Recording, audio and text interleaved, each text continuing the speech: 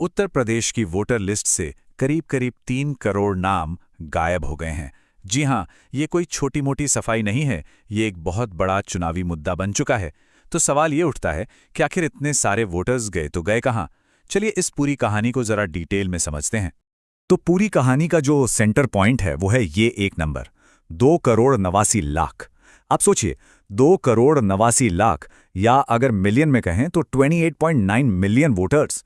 ये इतना बड़ा नंबर है कि इंडिया के सबसे ज्यादा आबादी वाले स्टेट यानी यूपी की पूरी पॉलिटिक्स को हिलाकर रख सकता है। अच्छा, इस नंबर को थोड़ा और आसान करके समझते हैं। इसका मतलब ये हुआ कि उत्तर प्रदेश में लगभग हर 5 वोटर में से एक वोटर का नाम नई ड्राफ्ट इलेक्टोरल लिस्ट से हटा दिया गया है। जी, ये चुनाव आयोग की जो शुरुआती ड्राफ्ट लिस्ट आई है ना, उसमें ये बहुत बड़ी कटौती देखने को मिली है। तो अब सबसे बड़ा सवाल तो यही उठता है कि भाई ये 2.89 करोड़ वोटर्स आखिर गए कहां? और देखिए, इससे भी ज्यादा जरूरी सवाल ये है कि कहीं इन नामों में से एक नाम आपका तो नहीं है? क्या आपका नाम अब भी वोटर लिस्ट में सेफ है? चलिए इन्हीं सवालों के जवाब ढूंढते हैं। तो आखिर इतना बड़ा बदलाव हुआ क्यों? इतने सारे नाम हटाए क्यों गए? इसके पीछे चुनाव आयोग की एक खास प्रक्रिया है, एक पूरा प्रोसेस है। चलिए समझते हैं कि ये प्रोसेस क्या है। इस प्रक्रिया को कहते हैं SIR, मतलब स्पेशल इंटेंसिव रिवीजन। अब ये सुनने में थोड़ा टेक्निकल लगता है ना? पर आसान भाषा में समझें तो ये वोटर लिस्ट की एक बहुत बड़ी क्लीनिंग ड्राइव है। इसका मकसद ये है कि लिस्ट में कोई भी डुप्लीकेट, फर्जी या गलत नाम बाकी न रहे।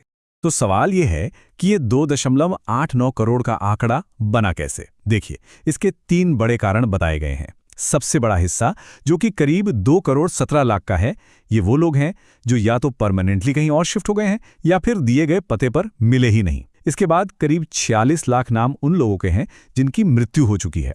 और आखिर में लगभग 25 लाख नाम ऐसे थे जो डुप्लीकेट थे, मतलब एक ही इंसान का नाम लिस्ट में कई बार था। अब आते हैं सबसे काम की बात पर। आप अपना नाम कैसे चेक कर सकते हैं? कैसे पता लगा सकते हैं कि आपका नाम लिस्ट में सुरक्षित है या नहीं? घबराइए नहीं, अच्छी बात यह है कि इसका तरीका बहुत ही सिंपल है। चलिए मैं आपको स्टेप बाय स्टेप बताता हूं। बहुत ही आसान है, ध्यान से सुनिए। सबसे पहले आपको इलेक्शन कमीशन की ऑफिशियल वेबसाइट voters.eci.gov.in पर जाना है। वेबसाइट खुलते ही आपको एक ऑप्शन दिखेगा, search your name in voter list. बस उस पर क्लिक कर दीजिए। अब आपके पास 3 तरीके हैं सर्च करने के। या तो अपना वोटर आईडी नंबर डालिए, या अपनी पर्सनल डिटेल्स, या फिर अपने रजिस्टर्ड मोबाइल नंबर से भी खोज सकते हैं। जो भी तरीका चुने, बस जरूरी जानकारी और कैप्चा कोड डालिए और सर्च पर क्लिक करते ही आपका स्टेटस सामने आ जाएगा। अच्छा, अब मान लीजिए कि आपका नाम लिस्ट में नहीं मिलता है, तो क्या करें? पहली बात, पैनिक बिल्कुल नहीं करना है। अभी भी मौका है इसे ठीक करवाने का। चुनाव आयोग ने इसके लिए एक पूरा प्रॉपर सिस्टम बनाया है। ये कुछ तारीखें हैं जो बहुत जरूरी हैं, इन्हें नोट कर लीजिए। देखिए, 6 जनवरी को ये ड्राफ्ट लिस्ट पब्लिश हुई थी। अब 6 जनवरी से लेकर 6 फरवरी तक, यानी पूरे 1 महीने का टाइम है जिसमें कोई भी नागरिक अपना दावा या अपनी आपत्ति दर्ज करा सकता है।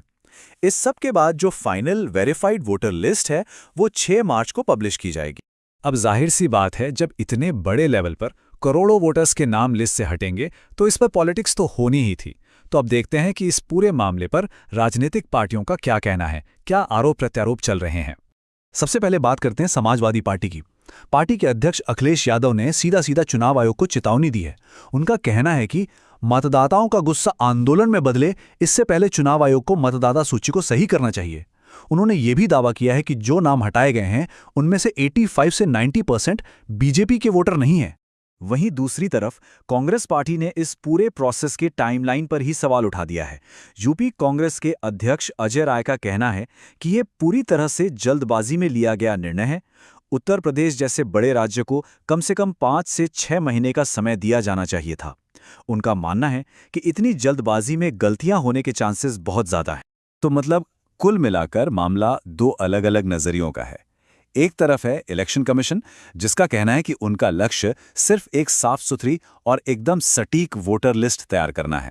और वहीं दूसरी तरफ है विपक्ष, जिनकी चिंता ये है कि इस जल्दबाजी के चक्कर में कहीं ऐसा ना हो कि असली वैलिड वोटर्स ही अपने वोट देने के अधिकार से वंचित रह जाएं। तो अब सवाल वहीं आके रुक जाता है कि ये जो हुआ, ये चुनावी प्रक्रिया को साफ सुथरा बनाने के लिए एक जरूरी कदम है या फिर एक ऐसा फैसला जो जल्दबाजी में लिया गया और जिसके अनचाहे नतीजे भी हो सकते हैं।